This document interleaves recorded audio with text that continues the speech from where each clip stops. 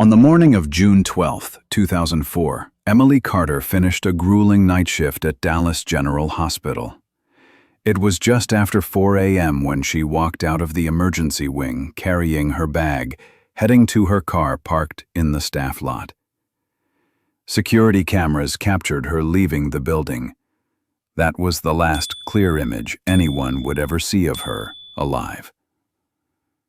Emily was 29 years old, a nurse, a mother of two, a woman who never missed a shift and never disappeared without telling her family.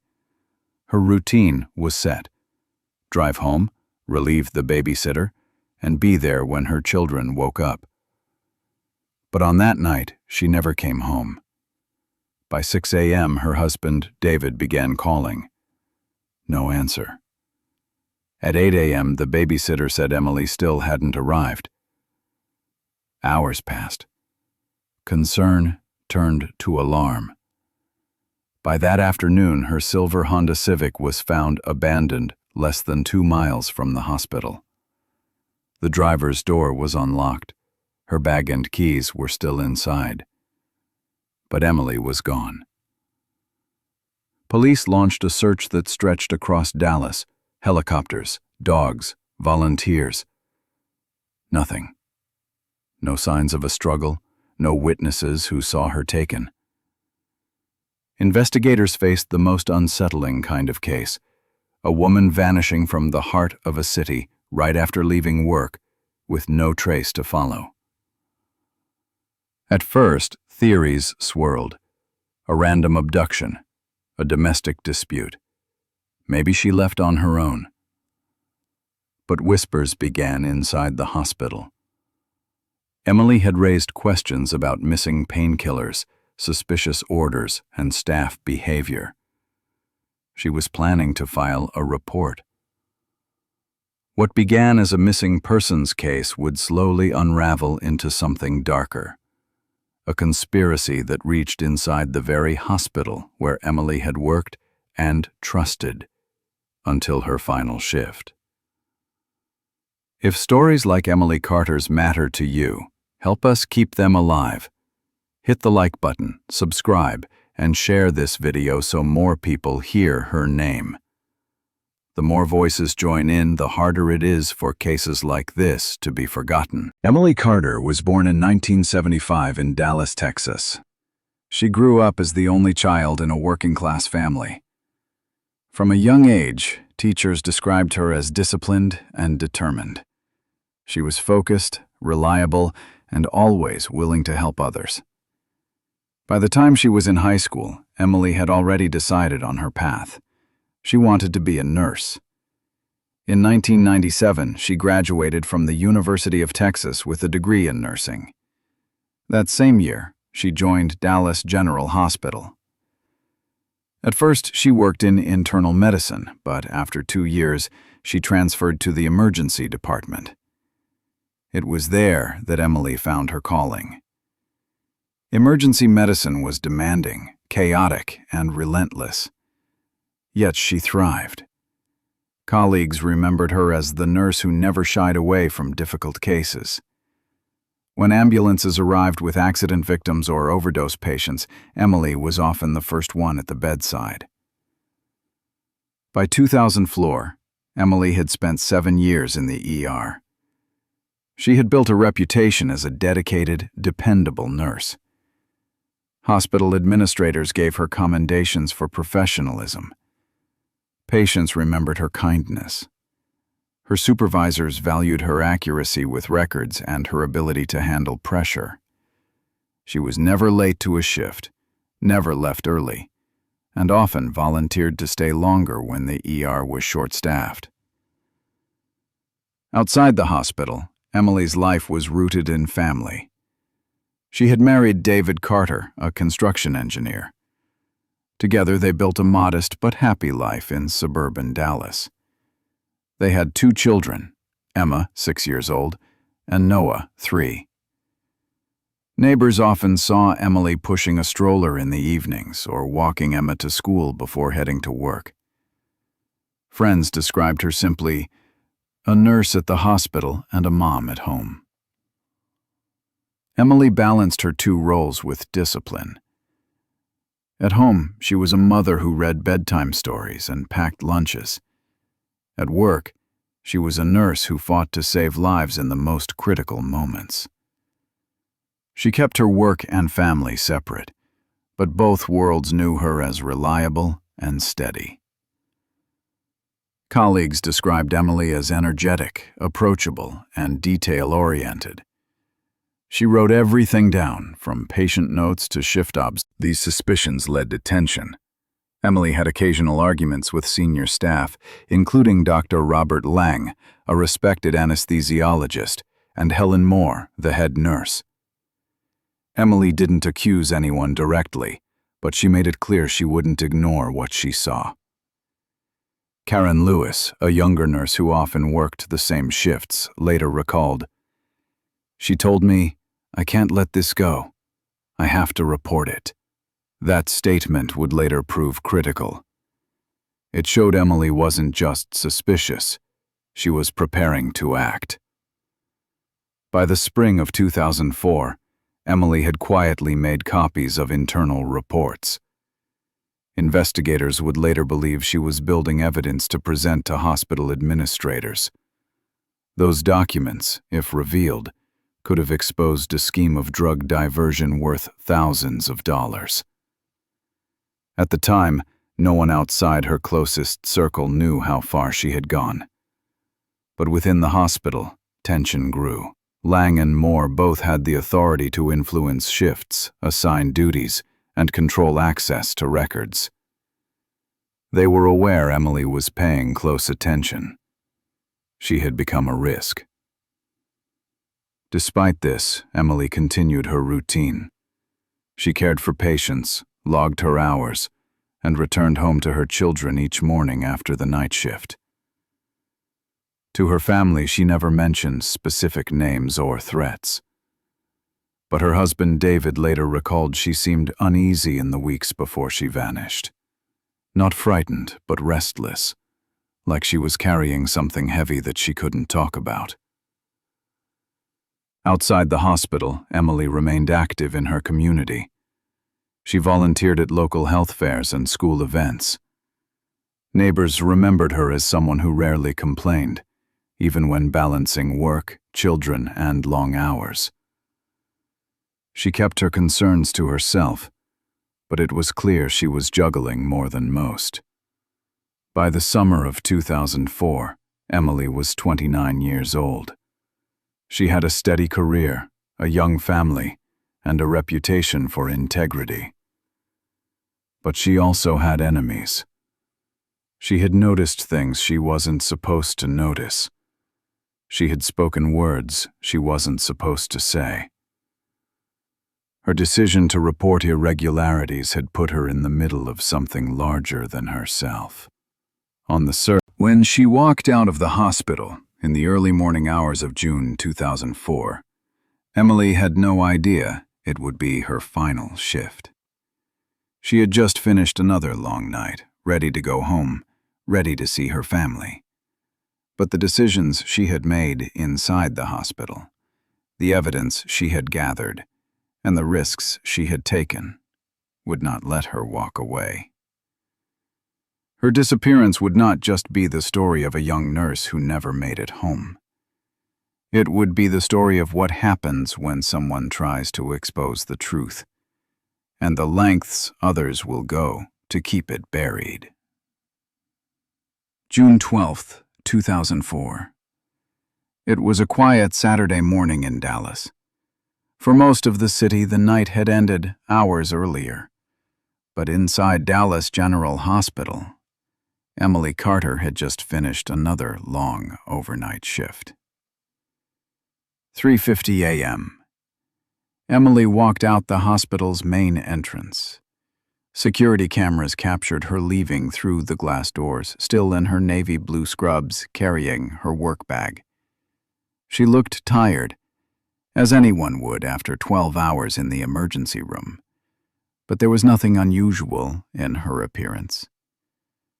A colleague who left just minutes before later recalled, "She said she was heading home right away. She seemed exhausted, but normal. Nothing seemed off. Emily's drive home was routine. She lived only about 15 minutes away, a straight line down I-35. She had made the drive hundreds of times before. 4:05 a.m. Emily called her husband, David. Phone records later confirmed the call lasted less than a minute. David recalled her voice clearly. "She told me, 'Don't worry, I'm coming home now.' She sounded calm.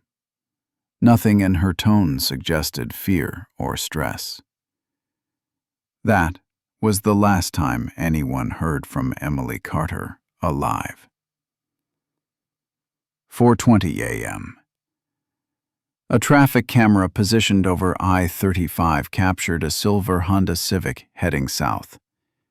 Investigators later confirmed it was Emily's car. The video showed nothing out of the ordinary. The Civic stayed in its lane, moving at a steady speed. No cars followed too closely. No sudden swerves or stops. Just enough. The car doors were unlocked. The keys were still in the ignition. There was no damage to the vehicle. No shattered glass. No signs of forced entry.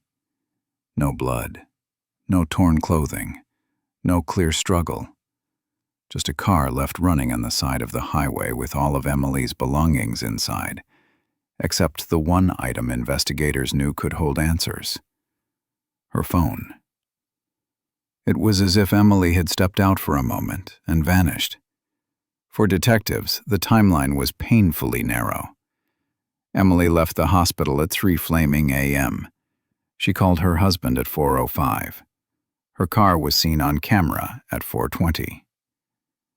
By 4:30, the vehicle was abandoned. Somewhere in that 10 to 15-minute window, in a stretch of road Emily drove almost daily, she disappeared. The questions came immediately. Why did she stop her car in the first place? Did she break down, or did someone force her off the road? Was she pulled over by another vehicle? Witnesses reported no smoke, no flat tire, no hazard lights, nothing to indicate car trouble. Why were her belongings left behind, untouched? Why would she walk away from her purse, her work bag, her hospital ID, items she carried every day? And why was her phone missing? Was it taken by whoever intercepted her, or did she have it with her when she vanished? Detectives later confirmed her phone went dark at 4:07 a.m., just 2 minutes after her call to David ended. It never pinged another tower. It was either turned off manually or destroyed. The lack of evidence in the car was just as puzzling. Investigators combed over every surface. They lifted fingerprints, but all belonged to Emily or her family. They found no foreign DNA, no fibers from another person's clothing, no signs of a violent struggle. The Civic itself wasn't forced open. The doors showed no damage. The ignition hadn't been tampered with. Whoever stopped Emily had not stolen the car. The vehicle was left exactly where it had been parked. This made investigators wonder: did Emily stop voluntarily? Did she know the person who pulled her over? Or was she tricked into believing it was safe to step out? The case immediately drew public attention. A young mother, a nurse, vanishing on her drive home. It didn't make sense. The community began to speculate. Some feared it was a random kidnapping. Others whispered it was a targeted hit, tied to something Emily had uncovered at the hospital. But in those first hours, police had little to go on. No eyewitnesses had come forward. The trucker who first saw the Civic could only confirm the car was empty. No license plate numbers of suspicious vehicles were recorded. No dashcam footage from passing cars was available. Emily's routine had been ordinary. Her last phone call sounded calm. Her car was intact. And yet she was gone. By the end of June 12th, detectives admitted what the evidence showed. Emily Carter vanished within a 15-minute drive she had taken hundreds of times before. No one could explain why. That night marked the beginning of a search that would soon expand far beyond Dallas. Helicopters scanned the highways. Canine units searched wooded areas near the overpass. Volunteers handed out flyers at gas stations and truck stops. And the media amplified the fear, with one headline capturing the growing panic. If a nurse on her way home isn't safe, who is? Emily's disappearance became the mystery of the summer. But what police didn't know then was that this case would remain unsolved for over a decade, and that the small window of time between 4:05 and 4:30 a.m. would haunt her family for years to come. At 6 in the morning, the silver Honda Civic was no longer just a car on the side of the highway. It was a crime scene. Dallas police sealed off the stretch of I-35 where the vehicle sat, with its headlights still burning. Inside, Emily Carter's work bag, her hospital ID, her nurse's uniform neatly folded across the seat. The keys remained in the ignition, but Emily was gone. From that moment, the case became a city-wide emergency. Patrol officers and detectives launched a large-scale search within minutes. Helicopters swept the freeway and the surrounding fields. Canine units were deployed, their handlers steering them through ditches, underpasses, and wooded areas nearby. Volunteers. By midday, the media took control of the narrative. Local television ran live updates from the freeway shoulder. The Dallas Morning News printed a headline that would define the case: "Nurse disappears on way home." Broadcasters described the eerie details: the unlocked door, the running lights, the personal belongings left behind. Commentators pointed out how close she was to home. Only a few miles separated Emily from her family. That afternoon, the Carter family made their first public appeal. David Carter stood before the cameras, his voice unsteady. He told reporters, "She wouldn't just walk away." Something happened to her. Behind him stood Emma, 6 years old, clutching her grandmother's hand, and Noah, only 3, too young to understand what was unfolding. The image of the young father, desperate for answers, spread across the city. Calls flooded the police tip line. Strangers drove the same stretch of I-35, hoping to notice something investigators had missed. Inside the Dallas Police Department, detectives began forming their first working theories. The most immediate idea was accident. Perhaps Emily pulled over because she thought her car had a problem. Then something went wrong. The second theory was random crime. A woman alone on a highway at 4 in the morning could have been an easy target for a passing predator. The third possibility quickly gained traction. This was not random at all. Emily had been working in a hospital department plagued by rumors of missing pain medication. Had she uncovered something, and had someone silenced her to keep her quiet? To test these theories, detectives reviewed every available piece of surveillance. Hospital cameras confirmed she walked out alone at 3:50 a.m., wearing her scrubs and carrying her bag. Her Honda appeared on a traffic camera at 4:20 a.m., heading south toward her neighborhood. Nothing unusual could be seen. No car trailing her closely, no sudden deviation in her driving. But the cameras left gaps, miles of roadway unmonitored. Sometime between 4:20 and 4:30, something happened. The abandoned car became the focus. Crime scene technicians combed through every inch of the Civic. Their report was clear. Investigators turned to the hospital. They interviewed co-workers, supervisors, security staff. At first, nothing jumped out. Then, a younger nurse, Karen Lewis, shared something unsettling. She recalled Emily saying just days earlier, "I can't let this go. I have to report it." Emily had been referencing missing medications and irregular records in the ER supply room. Karen's statement was logged, but without documentation or a second witness, it was treated as little more than workplace gossip. Meanwhile, the public mood shifted from curiosity to fear. Dallas residents asked a blunt question. If a nurse, a mother of two, could vanish on her regular drive home, who was safe? Candlelight vigils began outside Dallas General Hospital. Neighbors tied yellow ribbons to trees near the Carter home. The case wasn't just a police matter. It had become a city-wide obsession. Yet as days turned into weeks, the investigation hit a wall. The search teams found no trace. No witnesses came forward with credible accounts. No surveillance footage revealed the missing 10 minutes on I-35.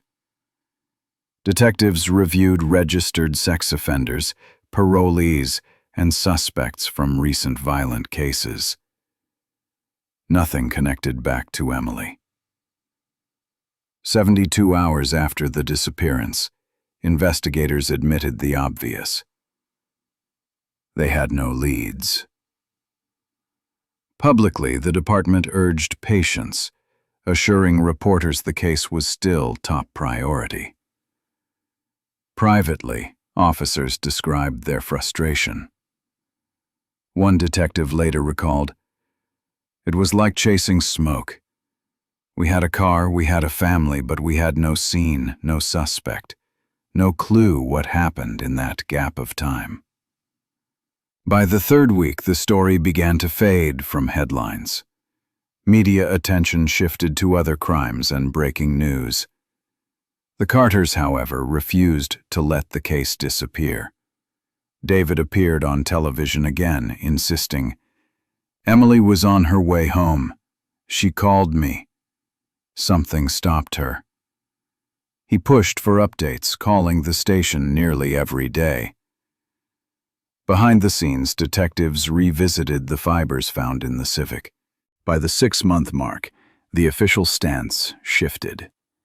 With no new evidence and no progress, Dallas PD reclassified the case as inactive. The file was moved into the cold case unit, technically still open, but no longer active. For the Carter family, the news was devastating. For the city, it was a reminder that even with helicopters, dogs, cameras, and manpower, people could vanish without explanation. The initial investigation ended not with a breakthrough, but with silence. A car on the roadside, a family in despair, a community unsettled. The name Emily Carter was added to a growing list of unresolved disappearances. And from that moment, the case moved into a different chapter. The long, painful years of a cold case, when hope fades, but questions remain. 6 months after Emily Carter vanished, the Dallas Police Department admitted the words every family dreads. No new leads. No evidence. With no body, no crime scene, and no witness, the case was officially marked a cold case. For the Carter family, it was a devastating blow. But for David Carter, her husband, it was also the start of an exhausting fight to make sure the world didn't forget Emily. Every week, David called the detectives. He asked about new tips, new evidence, new theories. He begged them to reopen leads that had gone quiet. He asked for outside help, for FBI involvement, for anything that could keep the case alive. Most times, the answer was the same: "We're still looking, but there's nothing new." The family turned to the public. Each year, on the anniversary of her disappearance, they held a candlelight vigil along the stretch of I-35 where Emily's car had been found. Friends, neighbors, former co-workers, even strangers joined. They prayed, held up photos of Emily in her nurse uniform, and demanded answers. The local news stations covered it, running short segments titled "The Nurse Who Never Came Home." Over time, Emily's disappearance became more than a single case. It became a story people in Dallas used to talk about. A nurse who quit in 2006 told reporters, off the record, that Emily had been keeping a copy of internal reports. She was preparing to take them to hospital administration, maybe even state regulators. She was determined, the nurse said. She wasn't going to look the other way. The claim couldn't be proven, but it fed a growing belief that Emily's disappearance was no accident. That someone, somewhere, wanted her silence. Still, suspicion is not evidence. Detectives had nothing to work with. By 2010, the story caught national attention. The television show Coldcasefiles dedicated an hour-long special to Emily's case. They walked viewers through the timeline: the last phone call to her husband, the abandoned car with headlights still on, the missing phone. The episode pressed on the unanswered questions about Dallas General Hospital. Was there a cover-up? Were higher-ups protecting their own? The broadcast renewed public interest. Viewers across the country wrote in, offering tips, theories, and sympathy. Dallas police received a spike in calls. For a brief moment, it felt like the case might reignite. But within weeks, reality set in. None of the tips led anywhere. The case stayed frozen. The truth was simple and brutal. Detectives had no crime scene, no physical evidence strong enough to build a case. The Civic yielded nothing but a few stray fibers that couldn't be linked to anyone. There were no fingerprints, no blood, no DNA. The traffic cameras caught only a sliver of the drive, leaving 10 minutes of darkness where anything could have happened. FBI agents reviewed the case after the national broadcast. They made notes in the file, flagging a possible cover-up inside hospital. But without new evidence, they couldn't push it further. The file went back into storage. For the Carter family, the silence was crushing. Year after year, they stood on the same stretch of highway, holding candles, their children growing taller, while the answers never came. By then, Emma was a teenager. Noah was in middle school. They carried their mother's picture as if it were a duty. David Carter never stopped speaking to reporters. Each year that passed added weight to the mystery. Why had her car been left running, unlocked, with everything inside except her phone? Why had no one seen the moment she vanished? And why had the rumors at Dallas General never been properly investigated? For more than a decade, the case of Emily Carter remained one of Dallas's most haunting cold cases. A nurse who left work, called her husband, and then disappeared within a 15-minute drive. By 2014, even the media had largely moved on. Other cases, fresher stories, louder tragedies took over the headlines. But for David Carter, for Emma and Noah, for Emily's parents and her co-workers who still whispered about her in hospital hallways, the loss was as raw as it had been in 2004. Emily Carter's name remained on the cold case board at Dallas PD. Detectives said the same thing they'd said for years. If we get new evidence, we'll act. But no one truly expected that evidence to come. And then, in 2015, everything changed.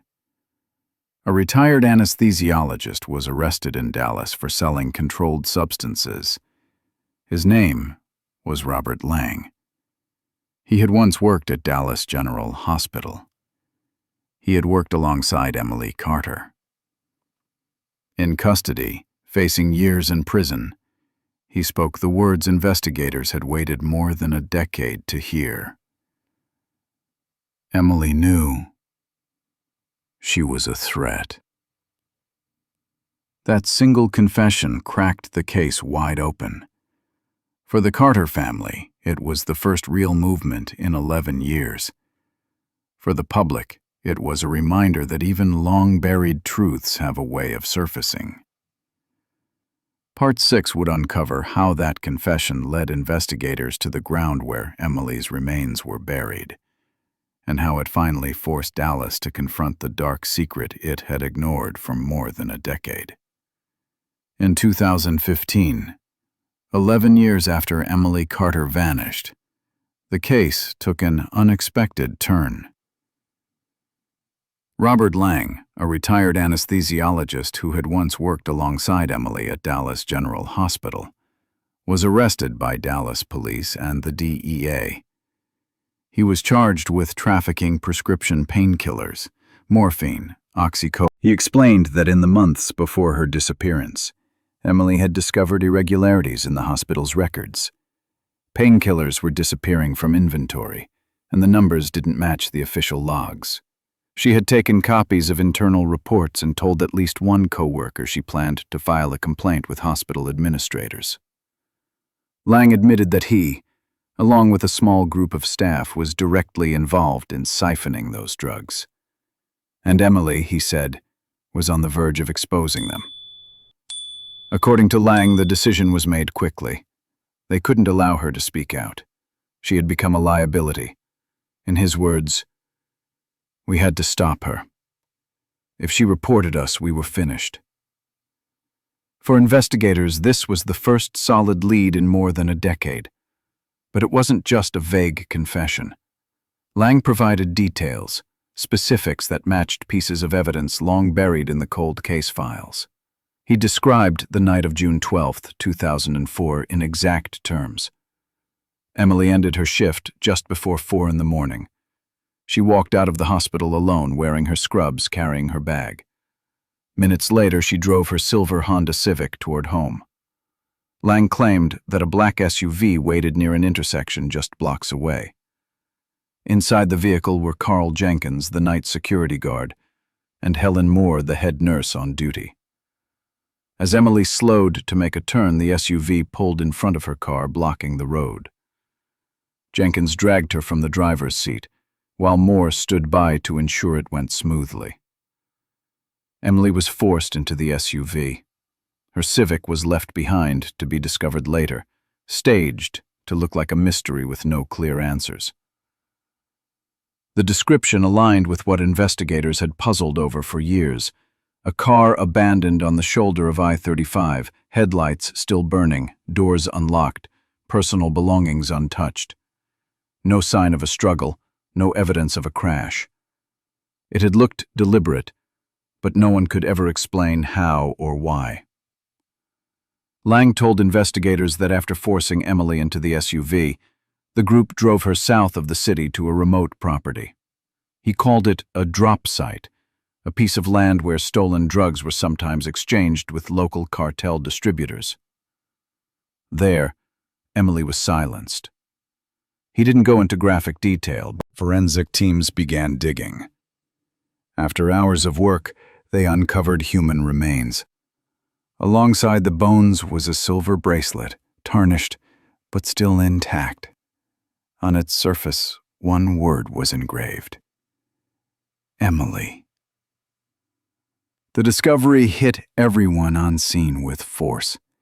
For 11 years, the Carter family had lived in limbo, never knowing if Emily had walked away, been kidnapped, or died in an accident. Now, there was proof. She hadn't left voluntarily. She hadn't run away. She had been murdered.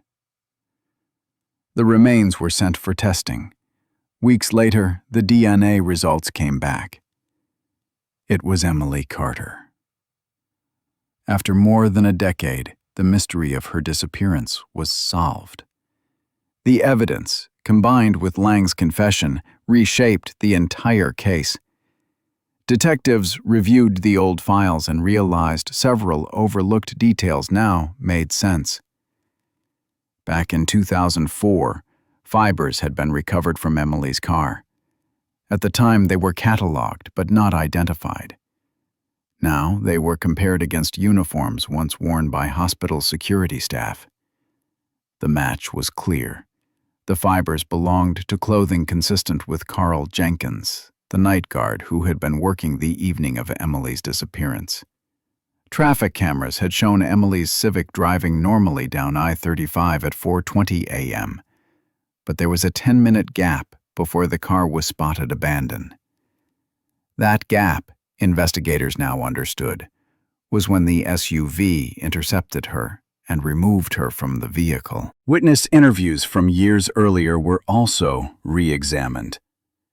Karen Lewis, a fellow nurse, had reported that Emily once told her, "I can't let this go. I have to report it." At the time, her words seemed suspicious but not actionable. With Lang's confession, they became damning evidence of motive. Piece by piece, the puzzle came together. What had once been speculation was now a documented chain of events. Emily discovered the drug diversion, confided in co-workers, prepared to report it, and was killed by those who feared exposure. The public reaction was immediate and overwhelming. News stations across the country carried the headline, "Remains of Missing Nurse Found After 11 Years." Broadcasts replayed images of the abandoned Civic, the hospital entrance where Emily was last seen, and now, the field where her remains had been recovered. David Carter, her husband, was briefed before the news broke publicly. His words were brief but powerful. "We waited over a decade. Now we finally know." For him and for his children, the discovery brought both pain and closure. The medical community reacted with outrage. Doctors, nurses, and patient advocates demanded accountability. How could a nurse be silenced for trying to protect her patients? Editorials called it a national disgrace, pointing out that Emily had done everything right. She gathered evidence, planned to report through official channels, and was killed for it. By the end of 2015, the cold case was no longer cold. The Dallas District Attorney's Office formally reopened the file as a homicide investigation. Arrest warrants were prepared not only for Robert Lang, but also for Helen Moore and Carl Disks. The case that had haunted Dallas for 11 years was finally moving toward justice. Investigators emphasized that it wasn't just about Emily Carter anymore. It was about exposing the culture of silence that had allowed corruption and drug diversion to thrive inside a major hospital. The story set the stage for a trial that would capture national attention. Reporters began referring to it as the nurse whistleblower case. For the Carter family, the news was bittersweet. The truth had been found, but at a devastating cost. For the community, the revelation confirmed long-standing suspicions that Emily's disappearance was not random, not accidental, but deliberate. And for law enforcement, the confession and recovery of her remains marked a turning point. It transformed a file that had sat gathering dust into one of the most significant criminal prosecutions in Dallas County. As the year closed, prosecutors prepared to take the case to court. 3 defendants stood accused of orchestrating and carrying out the killing of a nurse who refused to stay silent. Part 7 would take the story into the courtroom, where the evidence would be laid bare, the witnesses heard, and the verdict finally delivered. In 2016, 12 years after Emily Carter vanished on her way home from a night shift, the case finally reached a courtroom. The Dallas County District Attorney's Office filed charges against 3 people who once worked alongside her. Dr. Robert Lang, a former anesthesiologist; Helen Moore, the head nurse on duty the night Emily disappeared; and Carl Jenkins, a hospital security guard. The charges were serious: conspiracy to commit murder, tampering with evidence, participation in illegal drug trafficking. For the first time, the people who had been whispered about in rumors and investigated behind closed doors now stood before a jury. The prosecution opened with a clear message. Assistant District Attorney Rachel Simmons stood before the 12 jurors and said, "This was not random. This was not chance. This was a silencing." The state's evidence was laid out in layers. Hospital transaction logs revealed discrepancies in controlled drug inventories. Vials marked as administered to patients never existed in their charts. The paper trail showed a pattern that lined up with the years Lang, Moore, and Jenkins worked overlapping shifts. Simmons emphasized that the missing drugs weren't just mistakes in paperwork. They were being sold illegally, and Emily had the files to prove it. Then came the forensic report on Emily's abandoned Honda Civic. The car had been left with its headlights still on, doors unlocked, and her belongings inside. At the time, investigators said there were no signs of a struggle, but when the evidence was re-examined years later, forensic technicians found fibers that did not match Emily's clothing. Those fibers matched the standard-issue dark security uniform worn by guards like Carl Jenkins. To strengthen the case, Simmons turned to Robert Lang's confession. After his arrest in 2015 for selling drugs, Lang admitted that Emily had been targeted. He described how her car was boxed in by an SUV just minutes after she left the hospital. Jenkins pulled her out. Moore was there watching to make sure the plan went smoothly. According to Lang, Emily was forced into the SUV. Her Honda Civic was left on the side of the highway to create the illusion of a random disappearance. Simmons told the jury that Lang's testimony lined up with the gaps in the traffic camera timeline. Emily's car was last seen at 4:20 a.m. By 4:30, a truck driver noticed it parked on the shoulder with no one inside. That 10-minute window was where everything happened. The prosecution also brought in witnesses who knew Emily personally. Karen Lewis, a young nurse who had worked the same shifts as Emily, testified that days before the disappearance, Emily had confided in her. She said, "I can't let this go. I have to report it, or it will get worse." Karen described Emily as worried but determined.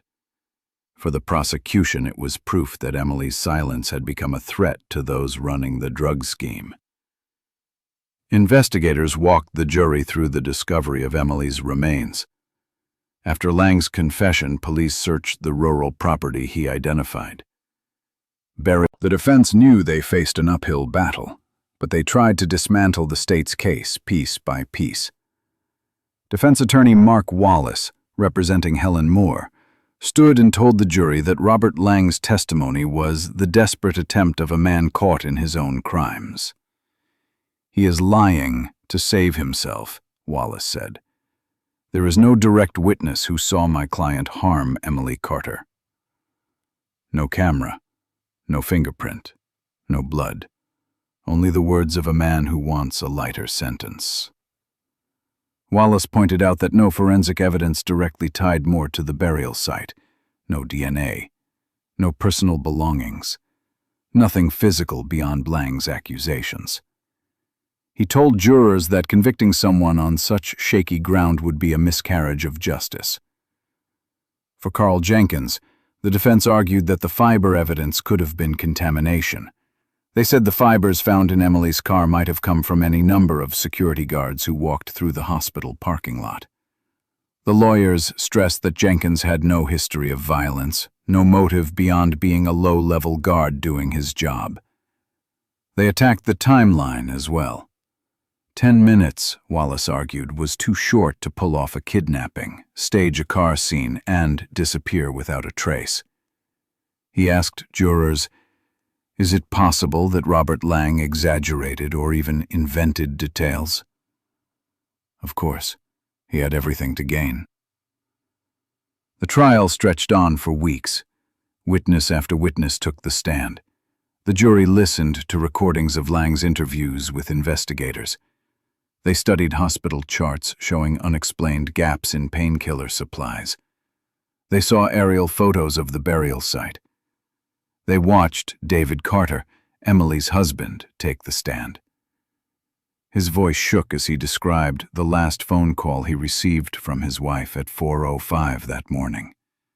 He said, "She told me, 'Don't worry, I'll be home soon.' She never made it." The courtroom atmosphere was heavy. Reporters filled the benches. Headlines outside read, "Hospital Conspiracy on Trial." Some called it the darkest chapter in Dallas healthcare. Others called it a landmark moment for whistleblowers across the country. David and his daughter Emma sat through every day of testimony. Emma, now a teenager, held her father's hand as prosecutors described how her mother was dragged from her car and buried in secret. The Carter family became the silent center of the trial, their presence a reminder of who this case was really about. When closing arguments came, Simmons addressed the jury one last time. She said, "Emily Carter did everything right. She worked hard. She loved her family. She saw something wrong and chose to speak up. For that, she was silenced. Today, you decide if the people who did this will finally be held accountable." The defense made its final appeal. Wallace repeated that Lang was an unreliable witness, that the fibers were circumstantial, that no camera ever showed Moore or Jenkins committing the crime. He told the jury that doubt, even small doubt, should prevent a guilty verdict. The jury deliberated for days. Tension built in the courthouse. Reporters waited on the steps. Then, finally, word came. A verdict had been reached. In the packed courtroom, the clerk read the decisions one by one. Robert Lang, guilty of conspiracy to commit murder, guilty of tampering with evidence, guilty of illegal drug trafficking. Sentence: life without parole. Helen Moore, guilty of conspiracy to commit murder and evidence tampering. Sentence: 25 years in prison. Carl Jenkins, guilty of conspiracy to commit murder and evidence tampering. Sentence: 40 years in prison. The courtroom fell silent. Then a quiet sob broke the stillness. David Carter covered his face as Emma wrapped her arms around him. For 12 years they had waited, not knowing if justice would ever come. That day, they finally heard the word, guilty. Outside, cameras flashed as prosecutors gave statements. Rachel Simmons told, "The trial of Lang, Moore, and Jenkins marked the end of one chapter and the beginning of another. The case shifted from mystery to history. It was no longer about speculation, rumors, or unanswered questions. It was about accountability, about a system that had failed one of its own, and about the community that demanded answers until it finally got them." The story of Emily Carter reached its legal conclusion. Yet even with the guilty verdicts, the loss remained. As the judge dismissed the jury and the courtroom emptied, David and Emma walked out together. They had fought for 12 years. Now, at last, they could say that justice had been done. The trial ended in 2016. Justice had spoken at last.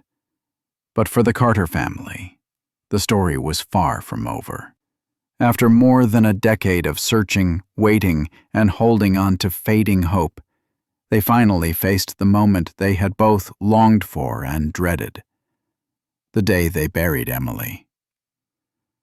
The funeral was small but deeply emotional. Hundreds of people came: neighbors, friends, fellow nurses, police officers, even strangers who had followed the case over the years. The church was filled with quiet tears. Outside, candles flickered as the community gathered in silence. David Carter stood at the front, holding the hands of his children. His voice broke as he said, "We waited over a decade. Now we can finally lay her to rest." Emma, who was 6 when her mother disappeared, was now a teenager. Noah, once just a toddler, stood tall beside his father. They had grown up without their mother, and now, at last, they could say goodbye. For the family, it was closure, but not peace. Nothing could erase the years of pain or the hole left in their lives. Still, the funeral marked an end to a long nightmare. The case, however, did not end at the cemetery. Dallas General Hospital, where Emily had worked and where her fate had been sealed, was forced to respond. The trial had laid bare the corruption, the missing painkillers, the failure to protect one of their own. Within days of the verdict, the hospital held a press conference. The new director, the press, was relentless. Newspapers across the country branded the story as the nurse whistleblower case. National television programs ran segments on Emily, showing photos of her in uniform, smiling in the emergency room. Analysts debated what it meant for the medical field. Was this an isolated case of corruption? Or was it evidence of a deeper systemic problem, where speaking out could cost someone their life? Human rights groups and nursing unions took up the cause. They organized rallies, wrote op-eds, and demanded better protections for healthcare workers. At one event in Dallas, banners read, "Justice for Emily, safety for all." Her name became shorthand for courage in the face of corruption. For the Carter family, the attention was overwhelming, but also comforting. David, once a quiet construction engineer, became an advocate. He appeared on television, reminding the world of what his wife had stood for. Emma, in one emotional interview, said, "My mom was brave. She didn't deserve this, but she will always inspire us." That clip was replayed countless times, becoming one of the defining images of the case. Every year after the trial, the Carters organized a candlelight vigil. It was held at the very spot where Emily's car had been found in 2004, headlights still burning, waiting for an answer that took 11 years to come. Over time, the vigil grew. Dozens became hundreds. Other families of missing or silenced whistleblowers came to Dallas to stand with them. What began as a local ritual became a symbol nationwide. The impact spread far beyond Dallas. State legislatures in Texas and across the country introduced new bills. These laws gave whistleblowers in healthcare stronger legal protections. Hospitals were required to provide confidential reporting channels, and retaliation against staff became grounds for heavy penalties. Some called them Emily's Laws. Medical journals also weighed in. Articles appeared with titles like "When Silence Costs Lives" and "The Price of Speaking Out." Professors in law schools and medical ethics courses began assigning Emily's case as a study. Students were asked to debate how institutions should handle internal corruption and what safeguards. For the community of Dallas, The trial and the funeral closed one chapter, but the wound remained visible. Neighbors who had lived through the years of uncertainty spoke about how the case changed the way they looked at safety and justice. One local pastor said, "Emily's story reminds us that evil thrives in silence." She paid the price, but her truth brought change. Inside the courtroom, when the sentences were handed down, life for Robert Lang, 40 years for Carl Jenkins, 25 years for Helen Moore. The family wept. But outside the courtroom, the fight for reform continued. Advocacy groups demanded that hospitals nationwide examine their internal cultures. They asked, how many more Emilys had been ignored, punished, or silenced? The story also influenced law enforcement. The Dallas Police Department faced heavy criticism for failing to treat Emily's disappearance as suspicious from the start. Detectives had dismissed Karen Lewis's testimony about Emily's warning, ignoring the one clue that could have cracked the case early. After the trial, Dallas PD issued a formal statement admitting mistakes. They promised changes in how missing adult cases would be handled, especially when linked to potential workplace threats. Even the FBI reviewed its involvement. Special Agent Laura King, who had flagged the case in 2010 as a possible cover-up, said publicly, "We should have pushed harder. Emily deserved better." The larger message was clear. Justice had come, but it had come too late. 11 years had passed. 2 children had grown up without their mother. A husband had lived more than a decade in anguish. And yet, without Emily's persistence in documenting the truth, without her decision to save those reports, there might never have been a case to solve. The legacy of Emily Carter is not just a tragic story. It is a warning and a call to action. It reminds society that institutions can fail, that silence can kill, and that the cost of integrity can be unbearably high. But it also shows that the truth, no matter how long it takes, has the power to rise. The closing line written by one Dallas journalist captured it best.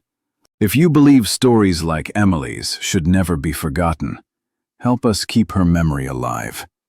Hit the like button, share this video, and make sure you subscribe to the channel. Every comment and every share helps bring more eyes to cases where justice took too long. Together, we can make sure the voices of victims are never silenced again.